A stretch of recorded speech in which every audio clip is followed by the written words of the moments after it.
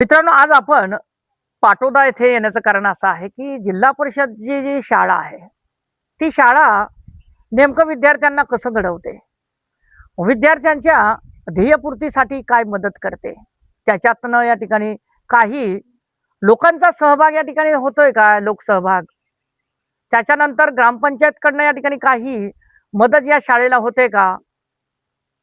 त्याच्याही पलीकडे जर म्हटलं, तर प्रशासनाकडे सुद्धा या ठिकाणी काही मागण्या आहेत का? या शाळेच्या भौतिक सुविधेसाठी? हे जे प्रश्न आहे, हे प्रश्न आपण भाऊसाहेबांना या ठिकाणी विचारणार आहोत. तर मुख्याध्यापक आहेत, आदरणीय. अनेक विद्यार्थी त्यांच्या हाताखालून या ठिकाणी घडलेले आहेत. विविध पदावर या ठिकाणी ते कार्य करतायत.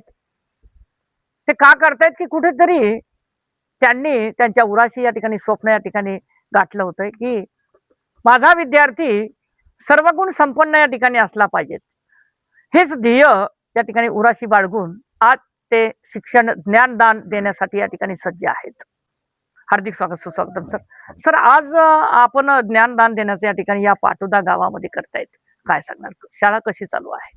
शाळा अतिशय व्यवस्थित अशी चालवली आहे. 30 जून पासून शाळेला सुरुवात झालेली आहे. अच्छा, साधारणतः आणि 1 महिना 1 महिना जवळपास झालेला आहे. आणि विद्यार्थी पहिल्या दिवसापासून 100% उपस्थिती या ठिकाणी आहे. आणि आम्ही सुद्धा दर्जेदार शिक्षण देण्याचा प्रयत्न या ठिकाणी वेगवेगळे उपक्रम राबवून पहिल्या दिवसापासून या ठिकाणी करत आहोत. आणि पहिल्या दिवशी पाठ्यपुस्तक असेल, लेखन साहित्य असेल, गणवेश असेल, हे सुद्धा विद्यार्थ्यांना आम्ही दिलेले आहेत. आणि दर्जेदार शिक्षण या ठिकाणी शाळेमधून देण्यात येत आहे.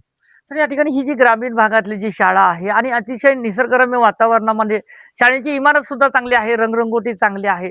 त्याच्या माध्यमातून विद्यार्थ्यांचा जो शिक्षणाचा जो विकास आहे, शैक्षणिक विकास होतोय.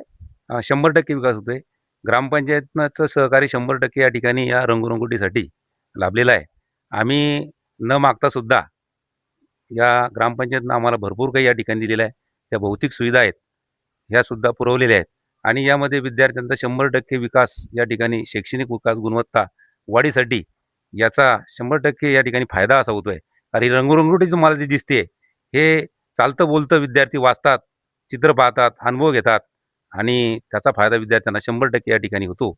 शैक्षणिक कार्यासाठी 100% फायदा होतो. सर, या ठिकाणी पुस्तकी ज्ञान तर या ठिकाणी आपण तर देत आहेत, परंतु या ठिकाणी जे शारीरिक जो विकास आहे, त्या विकासाच्या माध्यमातून सुद्धा या ठिकाणी शाळा प्रयत्न करताना दिसते. काय वाटतंय? 100% प्रयत्न करतोय. कारण आनंददायी शिक्षण हा शनिवारी हा उपक्रम या ठिकाणी राबवला जातो. आणि क्रिकेट असेल, खो-खो असेल, इतर शैक्षणिक विकास आणि शारीरिक विकास यासाठी वेगवेगळ्या प्रकारचे खेळसुद्धा या ठिकाणी घेतल्या जातात. वेगवेगळ्या ज्या स्पर्धा आहेत, या ठिकाणी ज्या क्रीडा स्पर्धा होतात, त्यामध्ये सुद्धा विद्यार्थी सहभागी होत असतात. तुमच्या सरांनी सांगितलेलं आहे, की विविध परीक्षेमध्ये या ठिकाणी विद्यार्थी या ठिकाणी गुणवान या ठिकाणी झालेले आहेत, गुणवत्तेमध्ये या ठिकाणी. आणखीन काही संकल्प वगैरे आहे का आपल्या जीवनामध्ये काही?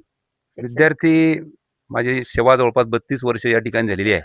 आणि या पवित्र अशा क्षेत्रामध्ये आम्ही अतिशय पवित्र असं काम या ठिकाणी करत आहोत.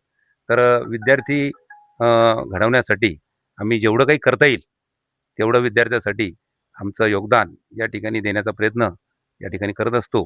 आणि विद्यार्थी घडला पाहिजेत, तो शाळेमध्ये आला पाहिजेत, यासाठी सुद्धा आमचे प्रयत्न या ठिकाणी असतात. सर, या ठिकाणी ग्रामीण भागातले विद्यार्थी आहे आणि पाटोदा म्हटल्यानंतर एक नवीन वस्ती आणि एक जुन्या वस्तीमध्ये या ठिकाणी 2 या ठिकाणी विभागले गेलेले आहेत, असं म्हणायला काही हरकत नाही. आणि ते दिसतंय. त्या माध्यमातून तिकडल्या गावातील पालक वर्गांना या ठिकाणी आव्हान करणार का आपण, की इथे शाळेमध्ये मुलं टाकावेत?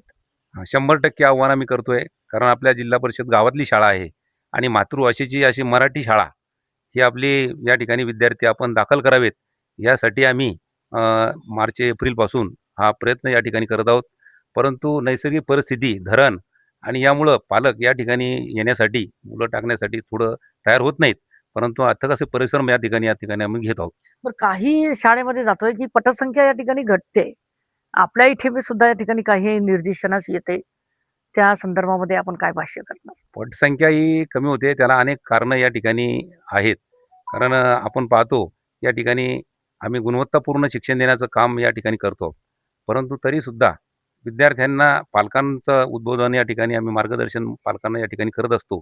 या ठिकाणी सामाजिकसुद्धा समस्या काही ठिकाणी आहेत.